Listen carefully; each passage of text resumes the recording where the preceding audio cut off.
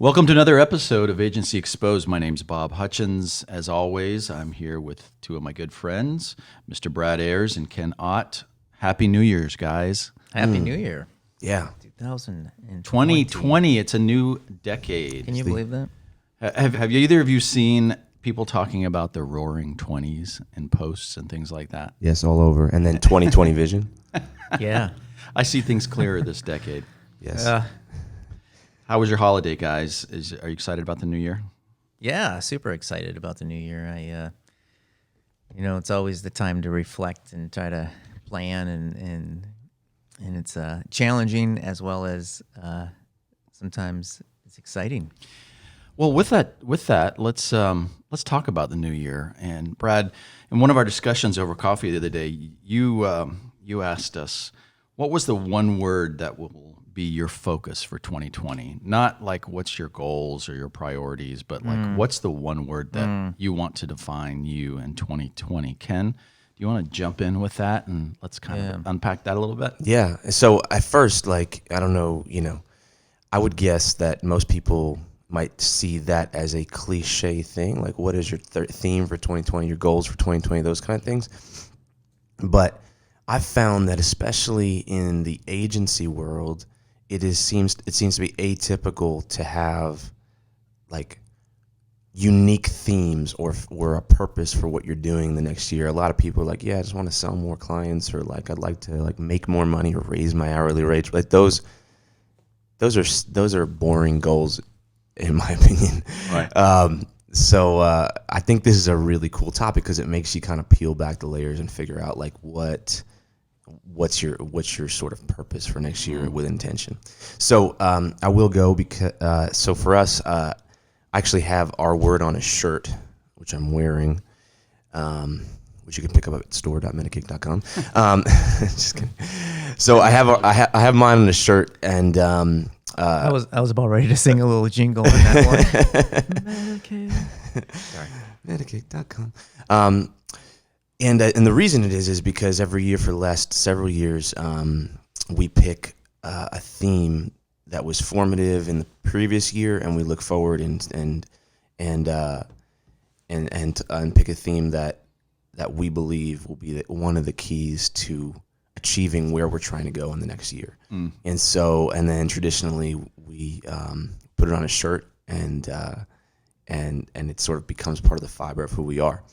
So for me, and for Medicaid, our word is go. Now that's such a.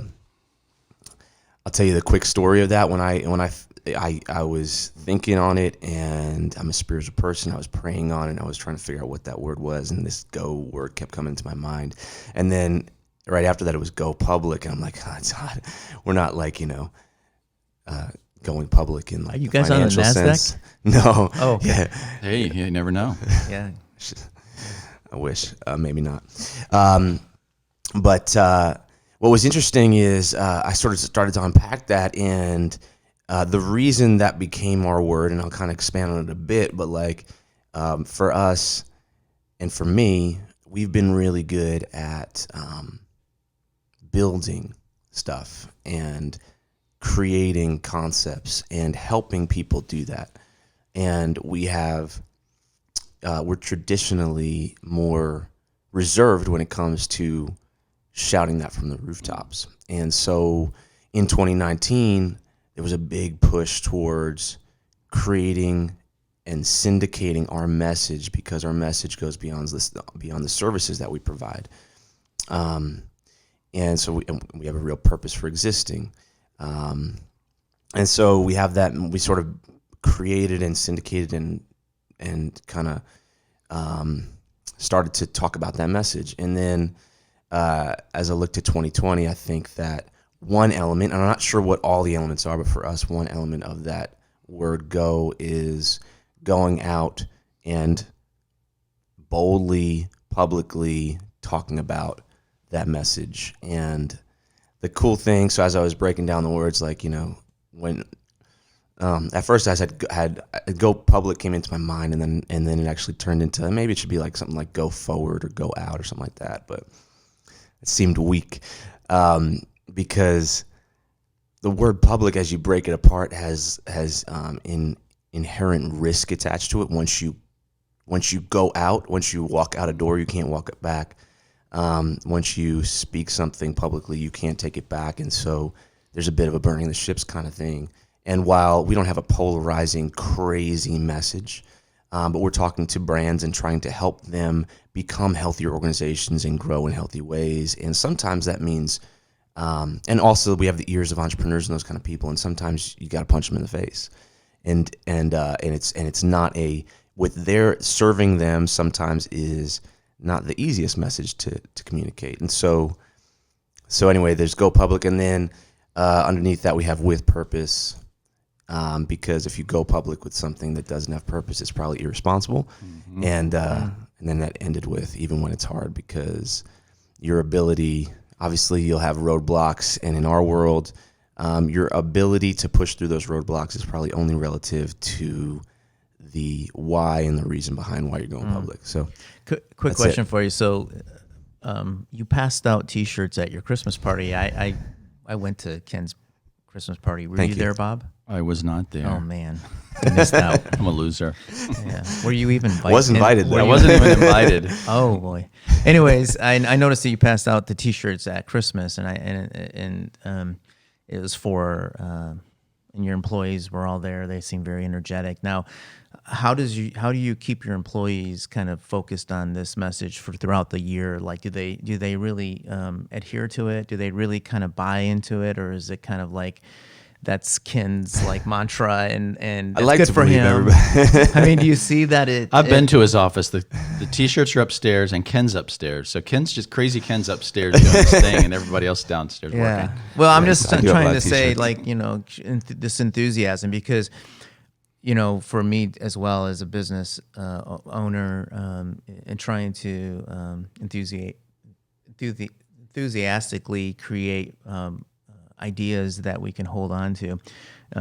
I like your approach, because I think it's a T-shirt, like you wear it every day, and your employees wear it, and you can't wear anything on that you don't believe in. I mean, you know what I mean? Right. As a mantra. So I like that idea. It's like a walking poster.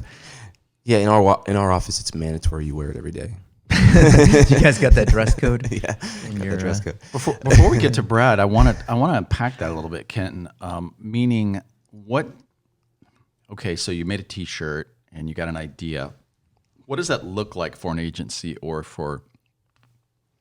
There's a lot of, I know when I had an agency, and I know Brad can certainly empathize with this, is we are always so busy building and making and serving. Does go public mean like I'm gonna like market my business more? Am I going to put out press releases? What does go public with your purpose, your unique voice mean? Yeah, I mean, for us, so I think you're totally right. I would say, again, we've talked about this before, but in my opinion, number one with any business or anything you're doing is to figure out the kind of why and the purpose behind it. And, it's a deeper thing than just serving, providing your service to clients. And so it's a soul searching thing that has to come from a genuine place. And so if that doesn't exist, that doesn't mean the business is not good, because you see a lot of businesses that may not have that. But when you when you do have that, you have like true, genuine, like raw human nature fire underneath what you're doing, and it allows you to A, enjoy what you do, and B, push through the hard times. And actually, again, everyone knows that money and success from just a straight business standpoint or a life standpoint only fulfills you so much, right? And so having a purpose that's deeper is something that I believe everyone should find. So I don't think you just, in my experience, you don't find it once and it's done. Right. And so for us, and for me, I've always strived to find that thing, because I'm not happy doing any one thing unless I believe that I should be doing it, and then I do it like 100 times, 110%. What am I trying to say? And so for us, we have a purpose, and our purpose is greater than just the services we create. We work with a lot of e-commerce companies and entrepreneurs and high growth brands and big traditional brands that are trying to do these consumer products. These brands have an irrational and a disproportionate pull on society, and because they're in everyone's households. And so my belief is that helping those brands just be 1% better with their message, their mission, their success in a healthy way, and their product has exponential effects on the world in a positive way. And so we proclaim a message, and we teach about how to do that, and that's what we do when we work with people. Above the tactics, obviously, we do similar tactics to a lot of other people. And we create products around that message that would help someone do that. I speak about that. There's content about that, so we kind of like put it out in different ways. So that's kind of, I guess, maybe the core of what our message is and our purpose is. And so then when we talk about, a slogan for a year or anything like that, and I'm certainly not at a lack for T-shirt slogans if you need any. Store.com. Last week my son had the T-shirt on. He took the T-shirt that I got from you, and I'm like, it's like, yeah, this is. He commented about it. It felt good. It was soft. It's a very good quality T-shirt. I believe in buying the best possible apparel, because otherwise no one will wear it. Yes. So don't buy like Hanes T-shirts if you're making T-shirts. So for us, I do think it has to come from a genuine place. I don't think you just throw something on a shirt and make it happen. And this didn't come that way. It actually comes from, like, yearly I try and go through a bit of soul searching, like around that Q4 period, to figure out what that is. And then I get a sense of what I think it might be. And it may, in a lot of ways, again, like, I'm a spiritual person. So like in a lot of ways, like, what, I don't know all of what's in the message that we're trying to pursue, or we believe is important this year. But I do think there's an element that touches everyone in the company. And so I try and make it a point to, because it does come from me, I try and make it a point to walk through, to meet with each person and kind of see and translate it, and not just the message, but just sort of like where we are and where we're going as part of that. And so that's kind of part of it. And yes, it is. I mean, practically speaking, it's for us, like, and for me, like, there's been a lot of creating the message and the assets and the content and the services and those kind of things. And in 2019, we greatly evolved our business even more than the previous year, which we had already evolved a lot. And so in 2020, I believe from a business strategy standpoint as well, like getting very vocal about that, because now that a lot of the assets are built is important. So it's both purpose. I mean, it's got to balance it too, right? Like, and so it's definitely a strategic thing as well for us. And, if you weren't sure, like 2020, your perfect vision, I did this is a vision chart. Yeah. For a vision statement in the year of perfect vision. Yeah, that's the design of the T-shirt if you're not looking at it. You should put a poster in there. Yeah, we'll put a picture of your T-shirt in the show notes. Amazing. Yeah. Well, do you also put it? I noticed that in your office you have posters that you guys create that with these some of these themes. Do you put that in as a poster up as well? So, like, are you constantly showing your employees and your staff to remind them again? Yeah. Well, like I said, they all have to wear it every day. That's their uniform. How many colors do you have? So we have 3 colors. Black, and black. Available in red, white, and black. So your word for 2020, Ken, is go, or is it purpose? It's go. It's go. Go. Okay. It's funny you say that about your process was like you take Q4 of the following year to really kind of create your mantra for the next year and gives you thought. And for me personally, I felt like this past year I just ran so hard and fast up until the very end of Q4 that once I got to like the holidays, I just crashed. And so I don't know. For me, still, I'm kind of in that mode of kind of. Well, just so that no one gets the wrong idea, I was doing that. Like, I didn't take all of Q4 and I wouldn't be able to, otherwise I wouldn't have a job. So I feel you on that, didn't take because a month. I think that's a hamster wheel that probably Yeah. that I'm on, and a lot of people are on too. So I'm So- not on that. So for the new year, it's like I took the holidays and I kind of just crashed. I just needed time and a lot of times for me, that's when the holidays is when it's downtime and I'm just a little slower and I really reflect. And that's where I really start planning for the next year. I started to put in my thoughts together, but this year it kind of felt like I didn't start until like January the 5th or 4th, but I've been really bouncing around a lot of ideas in my head and things that I think we need to do as an agency. And I think my biggest word this year is it's not definite yet, but right now my word is clarity, and I'm just trying to understand clarity for our business, because I do know that something has to change in our business, and I think it should change every year, because I think we are in an industry that is hyper disruptive at this point. 2 years makes a huge difference in our industry of where things are going, tools that people use, where people are spending their time. And so I'm just trying to kind of rethink, like I'm not on agency 2.0, like I'm trying to think, what is agency 5.0? Like what's the next stage in our business, so that if we dedicate a few years to it, we're not going to be dedicating all this time and energy that is not going to be progressive in our business. And then we're going to find out 2 or 3 years from now that we're not keeping up with different things, and we're not adding value to our customers where they need to have the value, because we're not keeping up. And so I'm trying to think down the road a little further, and we're making some changes within our agency to kind of look at how we could integrate and create our own products as well. So our business may change a little bit in the next 3 or 4 years, as far as not just a service business, but actually a product development launching business that has a strong marketing arm. And we build products from the ground up, or we invest in as like a more of like a private venture or private equity, where we actually invest in other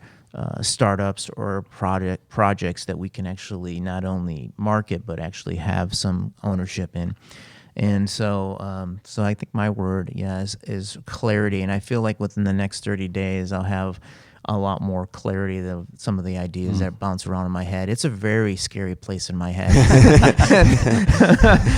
So it's I feel like I have to go in there with like a shield and a sword and kind of battle. It's ironic that the word is clarity. Yes, that's good. And battle it out, and yeah. So clarity. That's good.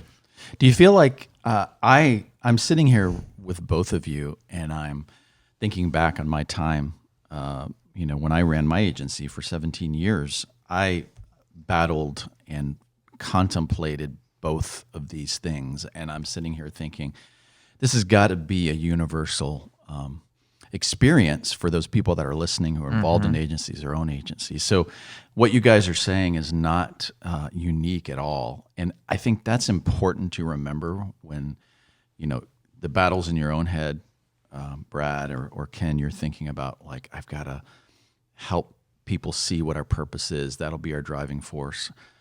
You're not alone in that. And that's comforting on one level, but on another level, if you're like me, it's very like, oh, there's other people that are doing this too. I got to do it better. I got to do one up. It's competition. Competition.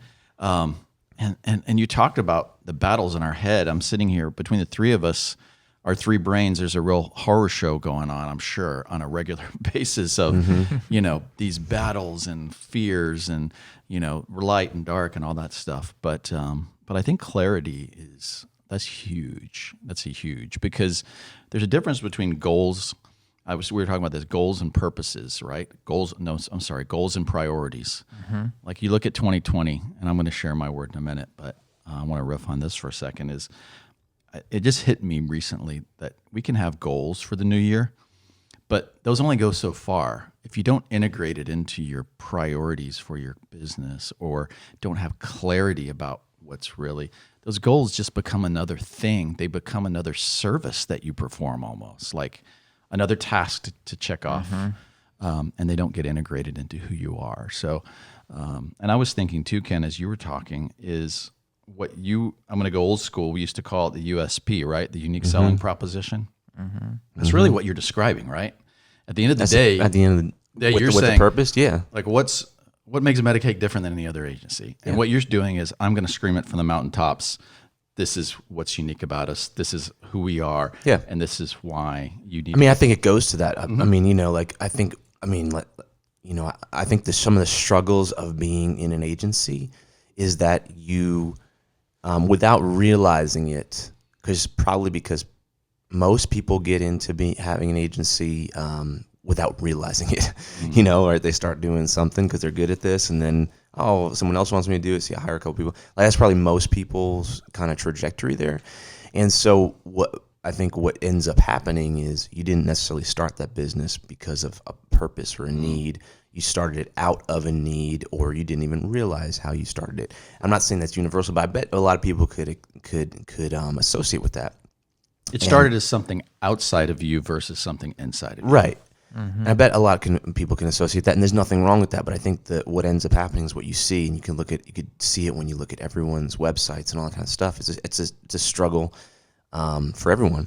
Is most people's unique selling proposition is based on their services, and let's just be honest, like there are only so many things out there to do, right? So like everyone's going to do similar or the same things, and maybe you're better at other things, but like, are we really going to compete on that? And then we're going to add all the services. Now I do this, or maybe maybe you're saying you're the best, and here's this brand I worked with. All that stuff. I'm not saying it's not good. I think it's great, but I think from a business strategy standpoint, there's a lot of and I mean you could look at we work in consumer industry, so like the psychology of selling is a big part of what we do. But if you look at the psychology of someone making a purchase, it's the emotional side of the brain that actually makes you make the purchase. And so all the facts and figures, which are, I would say, the services and how well we do them, and, the case studies and all that kind of stuff, those are all facts that support a decision. But the thing that makes you actually take action is emotion. So how do you create emotion? Well, part of that is purpose and story and alignment and those kind of things. And so, yes, I think that it's part of the USP. And I think that, if everyone did that really well, and I'm not saying we do, I'm just saying that if theoretically, if everyone did that really well, you'd kind of effectively find the right people because they'd align with the way you view the world, your purpose, and some of those things, as well as your services, rather than just kind of. So you're talking competing. About human connection is what we're all going back now. Which is at the end, on the other side of these screens, that's what's there, right? I have a question for you regarding your mantra this year. Do you do anything that you can measure your results of your mantra for this year? Like, is there anything that you can see? How is this being expressed within our company, and can we see a change in our company because of the leadership direction? And is there anything that you want, like you have some type of benchmarks, or like if we could do this better, then we've met this. Yeah, process has been positive. So I don't want to confuse the word with sort of the business goals, because I think the business goals are a little bit different. Got it. But on the business goal side, maybe we can, I don't know if we want to talk about goals or not, but like goals have to be specific. They can't be vague. They have to hit the SMART acronym, right? And so if you have a business goal, if you don't have business goals, you should have them. And then even if they're, they don't have to be like 10x in your business, but then you have to back them up. We have those, and then there's measurable benchmarks and those kind of things. There's that side. But on the word, I would say yes. Like, I think it more, if this makes sense, I would say the way it influences us is it influences the actions and the kind of vision and priority. Maybe not of everyone in the entire company, but certainly myself and several people that touch that sort of like tip of the spear. So it sounds like you do this first and foremost for yourself as a way to be focused. I would say as the leader of that vision and our trajectory, I'm the tip of the spear. And so I believe that I have to be completely bought into the idea and have it come from a genuine place. And I think that influences other people, but I think most likely it influences my actions more than anything else. So when you talk about measurables, yes, I've always sort of without great intention, done speaking engagements, done certain public things like put out certain content, that kind of thing. In 2020, with greater intention, we're going out and booking speaking engagements and conferences, and that's one area of it. We're marketing more aggressively with the content that we have, because we do have a lot of content that talks about this. We have videos and those kind of things. And so there are probably activities that kind of check the boxes of that. Yeah. I don't know that I don't have a number of like, hey, yeah, it needs to be 20 things of this and this and this and this. Yeah. But I do think if you're but on the goal side, which is different than sort of the theme or the word, I do think you do need to have those things and be really specific about it. On setting goals and then measuring if you're actually achieving those. That's good. And that's a great point, Brad. I think any of these things, you don't have to be, hard and fast and, be, a sergeant about it. But I do think that it's important that if you're going to have some sort of agency-wide, company-wide theme or philosophy, that you have a way to see how much it is integrated in changing the organization. Because one of the things that I've noticed is, and for good or bad, and you guys know this, and sometimes it's painful to think about, sometimes it's great, is every organization, I don't care if it's an agency, a business, a nonprofit, a company, whatever it may be, a family, that the people involved in that organization will always take on the personality of the leader.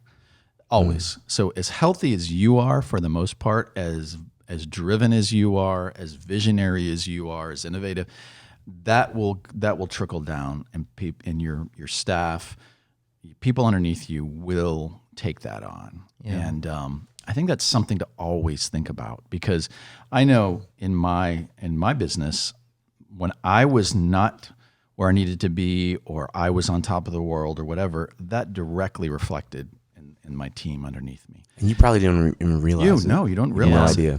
And you're like, that's good to remind. Yeah, it is, because you see your team and you're like, what is wrong with them? And then you have to say, wait a second, what's wrong with me? Yeah. They're just reacting to, they're just being led by, they're just responding to.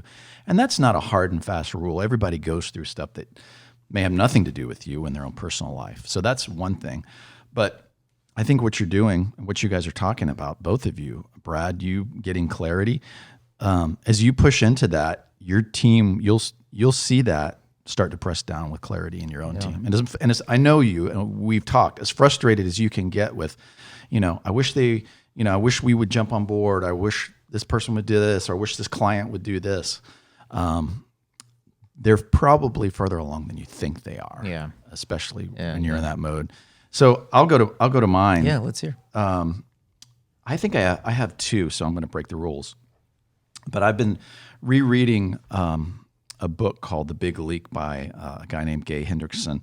He was, or still is, he's an older gentleman that was a executive coach for some pretty big executives for years in the 80s and 90s. And anyway, he talks in this book about the upper limits that we set for ourselves, knowingly or unknowingly, consciously or unconsciously. We've all talked about this, how we can sabotage our success based on, for whatever reason, stuff that we've had in our past.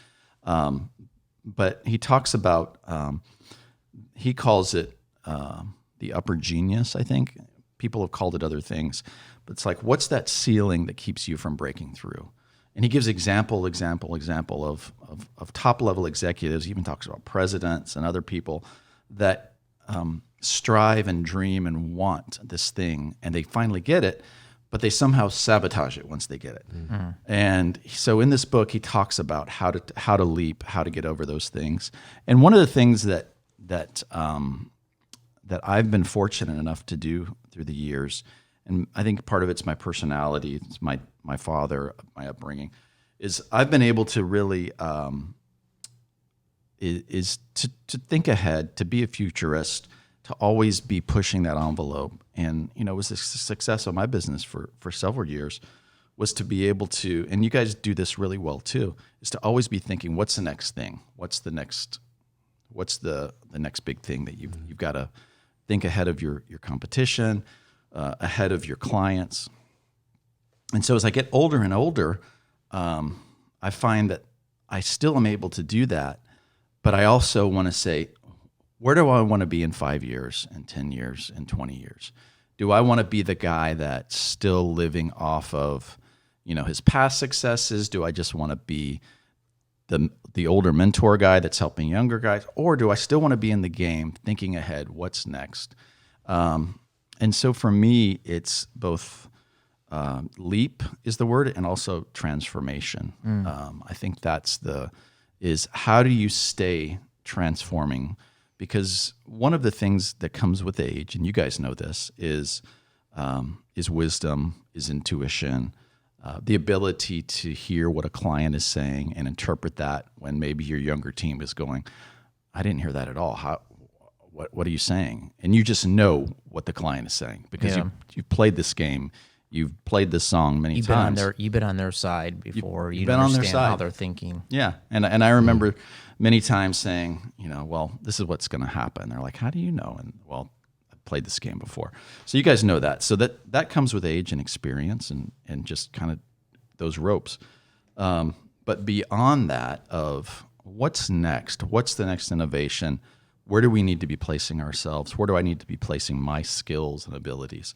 So 2020 for me is a year of transformation. As you guys know, back in 2017, I closed my business. And while that was the right thing, it wasn't the easiest thing. There was a lot of pain and struggle in that. But I also think, too, I want to be able to say in this year, how am I going to, I don't think reinvent, but how am I going to leap and maybe do something I haven't done, or how am I going to continue to transform? So that's mine. It's those two things. Do you have any ideas of what that means for you this year? I think for me and a lot of people that run businesses or have done something for so long, I think it's human nature. I have a tendency to say, here's my skill set, here's what I've done, and so therefore, here's the places that I can play in.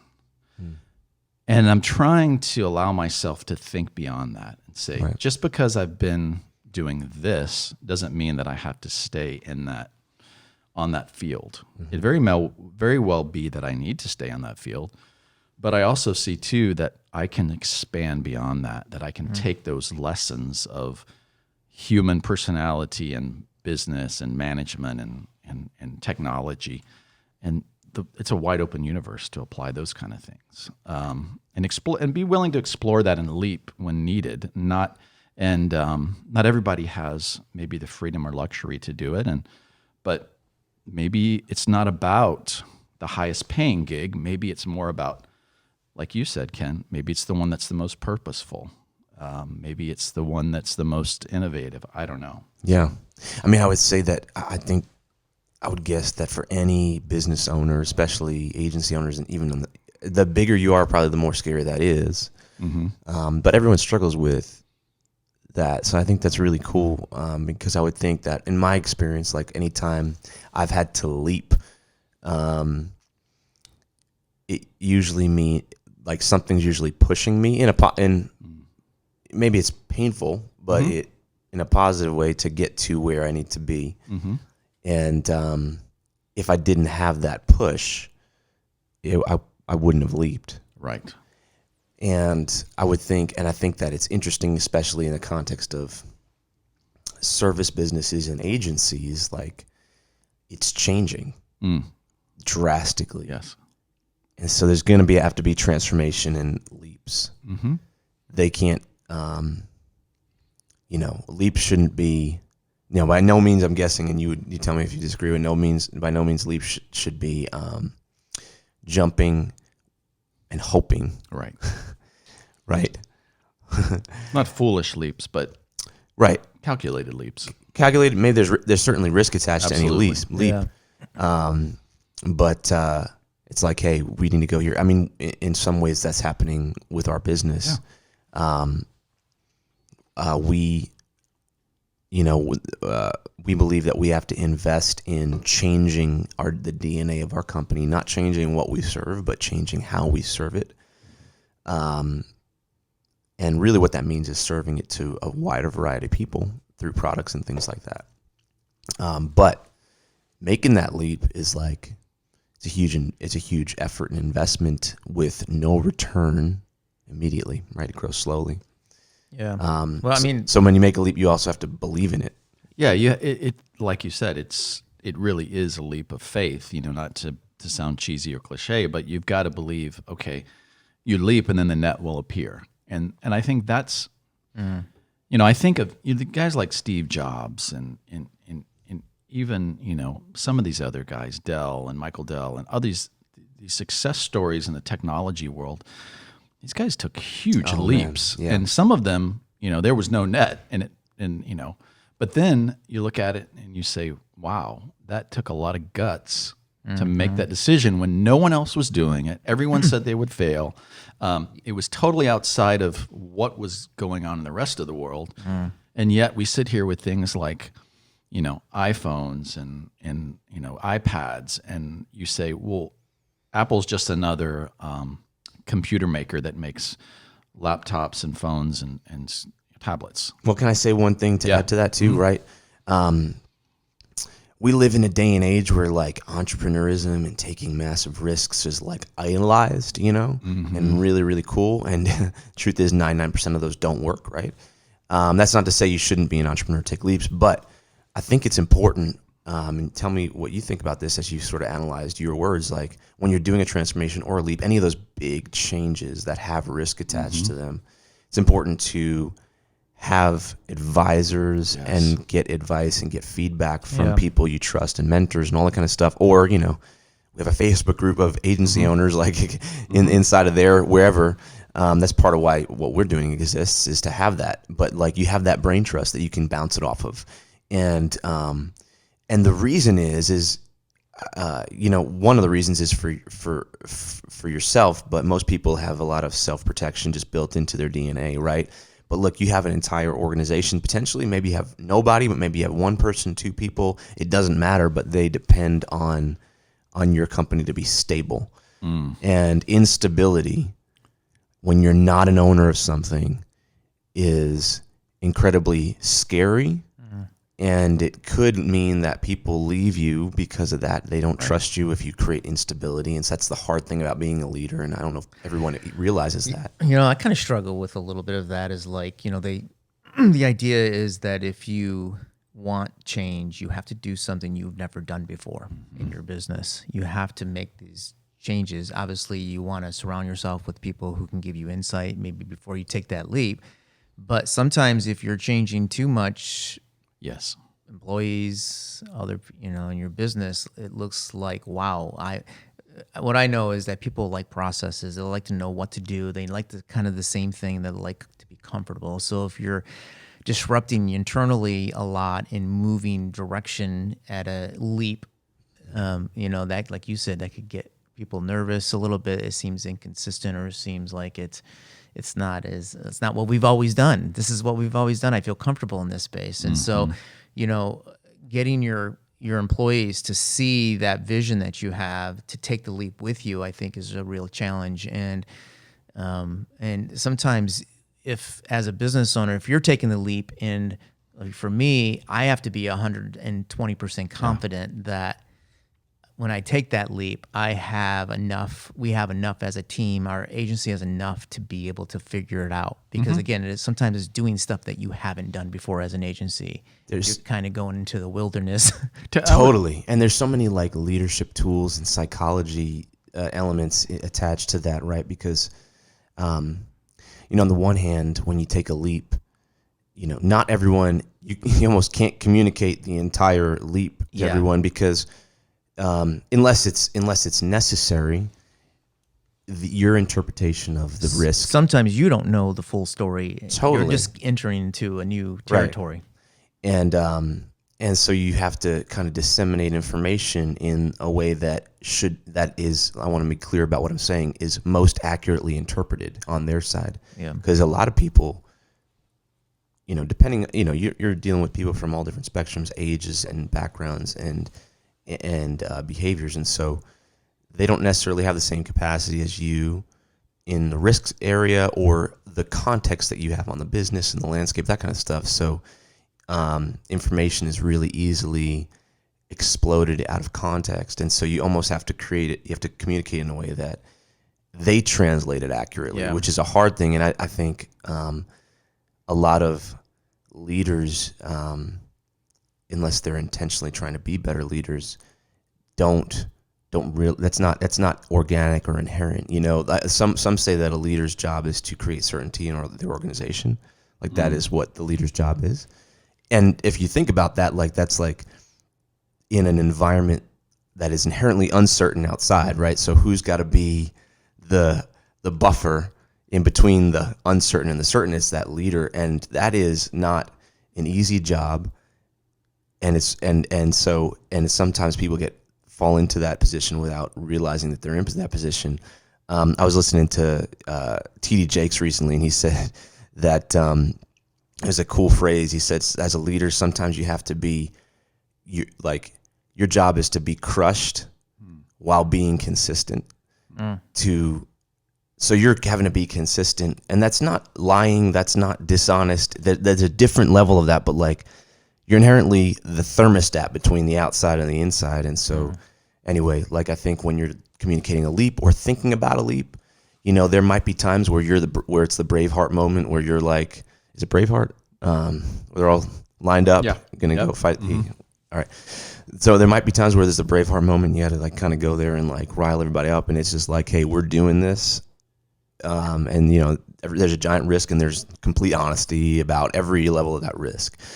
But there are other times where it's like, hey, we have to go here. And I know the risks attached to that. I also know the benefit of that. And I also know that we need to do that. And I kind of get the balance of it, but maybe not everyone can comprehend it that way. Yeah. And I think the thing with teams and employees is they're looking to leadership for not only security, right, and consistency, but also I think vision. 100%. And I think, you know, we're all kind of wired differently. Some of us are more risk averse than others. Some of us, you know, so that balance. And you talked about, you know, having mentors and people to bounce stuff off. But I would encourage you to even like be more vulnerable with your team. And, you know, you have a level of, you know what's appropriate and what's not. But I think isolation many times as a leader of an agency can really kill you long term, because I've found the more vulnerable you can be and say, hey, team, this is what I'm struggling with. What do you guys think? Or this is where I think, you know, we need to go, et cetera. You probably have to have a relationship before you can be vulnerable, right? You can't just be that kind of boss from Office Space and then all of a sudden open up your heart and expect, you know what I'm saying? And I think practically thinking, as I'm thinking of some examples as people may be listening, you know, I think of the guys from 37 Signals, they were an agency of software developers, and they were building stuff for, you know, just like we all do for clients. And then they created Basecamp for their own internal use, right? And they're like, oh, this is really good. And, you know, a client said, this is really good. Another client, and they said, we're going to take a leap and we're going to close down our agency and we're not going to do work for anyone else anymore. And we're just going to focus on selling Basecamp. That's all we're going to do.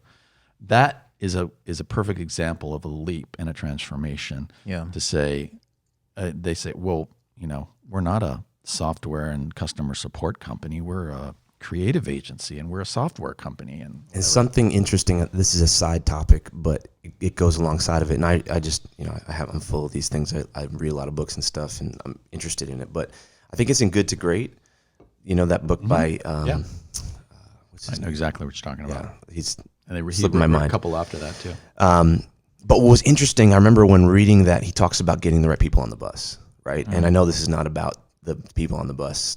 Maybe we talk about that separately, but the wheels go round and round. Yeah, right. Not that one. But getting the right people on your team. And the interesting thing I thought about that was he said, because they had analyzed all the most successful organizations based on certain things, and they all had the right people on the team. But the idea was not, there was a few reasons why you'd have the right people on the bus, but one that surprised me was he was like, the right people on the bus, with the right people on the bus can change direction and they'll stay on the bus. Like they're not there because of the thing you're doing necessarily. They're there because the vision of the leader and the people around them. And now you can't, I think it was assumed that it's not like you're changing direction 180 degrees every day. Like, hey, we were an agency, but now we're going to be a restaurant. Like, I don't know that that's exactly what they were saying, but the idea was, if you have that relationship and stickiness in the right team that has the right purpose in mind, the way you do it can adjust and it doesn't create a lot of fear. And I just thought that was kind of interesting, as you sort of look through transformations and leaps, the people you have around you, whether they're on your team or whether they're your family or whatever, are key to that. Oh, absolutely. Yeah, I mean, having the right team around you, and that's the hard part about transformation. And both of your words, going public, having clarity for a new year, is, do I have the right people? Am I clear? Do I have clarity about, do I have the right team to go to this, and do I have the right team to go public? And hopefully you do. But even for those people that are listening that might be a solopreneur agency or might have 2 or 3 people in their agency, I think, like you said, the people on the bus are really, really important to this, especially when you're going to pivot, and especially when I have found that loyalty can be the best thing in an agency, but it can also be the worst thing in an agency, because you're an entity and you're only going to grow and transform as a business as an entity itself. So you can grow all you want as a leader, and you can be visionary as you want, but if you don't have, if people aren't coming with you and growing and being visionary and catching that, it can really hold you back. So I think that's important too. So Brad, yours was clarity. Yes. Ken, clarity. Yours is go. Mine is leap and transform. Anything else we want to say about this? Well, how much time do we have? We have some time. Yeah, we got a little bit of time. I want to dig into the clarity thing, only because I think it's a really cool word, and I think it is worth unpacking, because I think as an agency owner or a service business of any kind, like you got, I would bet that that's a struggle. So, like, I don't know, when you're thinking about clarity, or maybe not I think it is a universal struggle. I also think it's something that a lot of people are striving for, because it's necessary in selling yourself effectively. It kind of goes to that USP and that kind of stuff. So when you're looking at clarity, what is that like? Unpack that a little bit.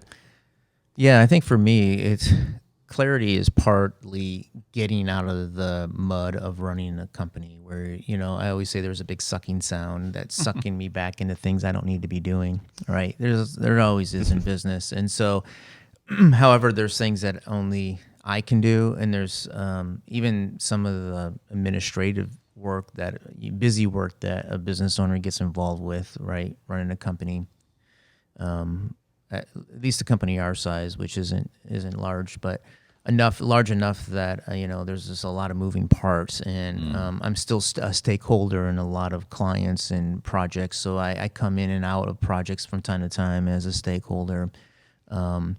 And I think clarity comes, number one, for me, it comes with time to isolate myself, to be able to focus and get away from the day in, day out stuff. So part of my clarity is protecting my time so that I can get clarity, number one. And that sometimes means disengaging a little bit from the day in, day out work, just to be able to get away and really almost like a self-retreat of some sort. And to gather thoughts, notes, and try to put some ideas together. A lot of the clarity comes from certain things that I know need to change within our agency, but they're larger things I have to tackle, and I have to figure out how to tackle them in a way that is conducive to a successful result, as well as successful financial result, but also a great result with my employees, that that they buy into process, maybe even new processes, and kind of work with different stakeholders within my company to help me even think through those processes a little more. So some is very practical, and some is very much like you said the word focus. Yeah, too, the now and not just the now. So some of the stuff, the clarity is for the next year, and some of it, the clarity is for the next 2 or 3 years down the road, and things that we would make changes this year that would affect 2 or 3 years down the road. So as part of that clarity, focus, and even in the services you offer? Yeah, definitely. I think our product set, we're kind of rethinking that now, and we haven't put a lot of stakes in the ground exactly what that looks like, but we're very, like, for you, your offerings are more narrow. I think ours are more wide, and that can be good and bad, right? Having a wide, we service different clients with different needs, and we do different things for different clients. There are some common things that we do for all clients, but when we service different industries, and I think trying to look at how our business, could we narrow it? Could we become more of the best in one lane or two lanes versus great or good in multiple lanes? And so looking at that from a business perspective is, it might be different offerings that we offer in our services, and then what do we focus on, and what industries are we feel that we have some good traction on, we have some great clients in that we understand maybe certain industries better than others. We've been involved in those industries for a longer time. It's all a lot of stuff that you try to put together and try to, I'm such a high thinker. Like, I need to kind of go away and think on top of this. I'm not good at just coming in and solving problems off the cuff. I have to kind of sit with them for a little bit. It's just how my mind works, to feel comfortable. Like, okay. And I think it's really just because of I have to know. Like, this is how I work. And sometimes you have to just kind of go and have to take a risk and say, listen, I've done everything. I've talked to people that I respect, and they are validating my thoughts. I don't know what's going to happen, but I do believe, I feel in my heart of hearts that's the right direction, and I'm committed to it. And then you need to go, like you say, go. Leap, go. I like Get clarity. I like that those steps in your process, because I think that is important to go through those few steps before you actually do it. Yeah. So that's good. I'm guessing that. No, I imagine, like, clarity, focus, something every business and certainly every agency owner struggles with and should struggle with, because it's really important, and it's really easy to just be another agency. Even the word agency, it's like, it's like, what do you do? What does that even mean?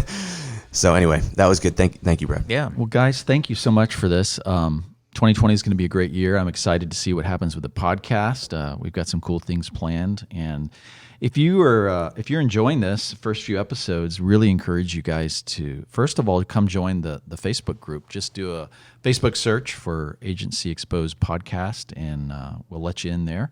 And then write a review and rate us. That really helps with the algorithms on especially the iTunes podcast, so that it can rank high and get more people listening to it. So, and subscribe. Yeah. And subscribe. I'm excited for the year. We're going to have some guests on this year. Yes, some special guests coming up. Some really good topics too on Absolutely. sales and some of these other ones. And if anyone out there has any topics they want to discuss or cover, certainly join the Facebook group and request certain topics. We'd love to hear what is on the minds of business owners and agency executives and owners. So and Ken has volunteered to do the website, so I'm excited about that. Yes. The website's the lowest paying gig. I'm just kidding. Thanks, guys. We'll talk to you soon. Okay, thank you. Bye.